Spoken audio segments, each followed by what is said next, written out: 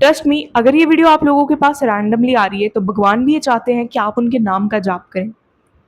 क्या आप लोगों को पता है एक राधा नाम में कितनी पावर है?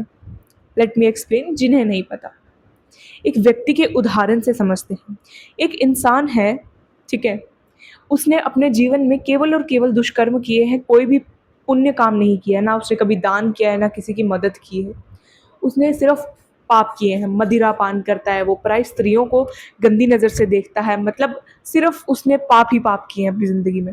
एक बार वो यूं ही चल रहा होता है और उसको एक आरती में दिखता है, वहाँ पर वो आरती हो रही होती है बहुत बड़ी, और वहाँ पर वो एक राधा नाम ले लेता है। अब आता है उसकी मृत्यु का समय। बहुत बुरी हालत होती है उसकी, क्योंकि वो अपने कर्म भुगत रहा होता है।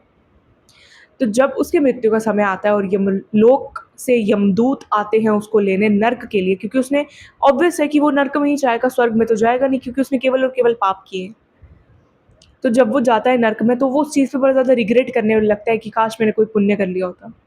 फिर जब यमदूत उसके आगे वो खुलते खोलते हैं, उसके पुण्य और पापों का रजिस्टर, पूरा रिकॉर्ड जो उनके पास बनता है, जब वो खोलते हैं तो वो वहाँ पर देखते हैं कि कुछ दुष्कर्मों के बाद एक राधा नाम लिया हुआ है जो उसने उस आरती में कहा था। तो जैसे ही वो नाम देखते हैं, पीछे का सारे जो उसके पाप होते हैं उन पे एक बड़ा सा क्रॉस लग जाता है। क्या आप समझ रहे हो? इतनी पावर है एक राधा नाम में।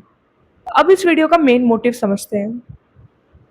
काफ़ी लोग ऐसे हैं जो इस डाउट में फंसे हुए हैं कि मैं बहुत गलत काम करता हूँ, मेरे को तरह तरह की एडिक्शंस हो रखी है, तो क्या मेरा नाम जप करना सफिशिएंट है? बिल्कुल है।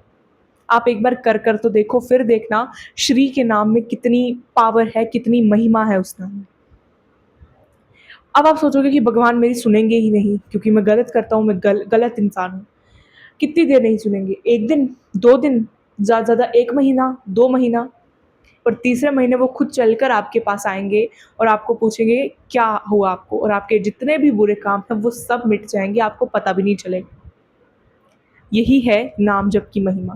जो इस डाउट में फँसे हुए हैं कि क्या मुझे नाम जप करना चाहिए कि नहीं, जाओ और आज से जाकर नाम जप करना शुरू करो।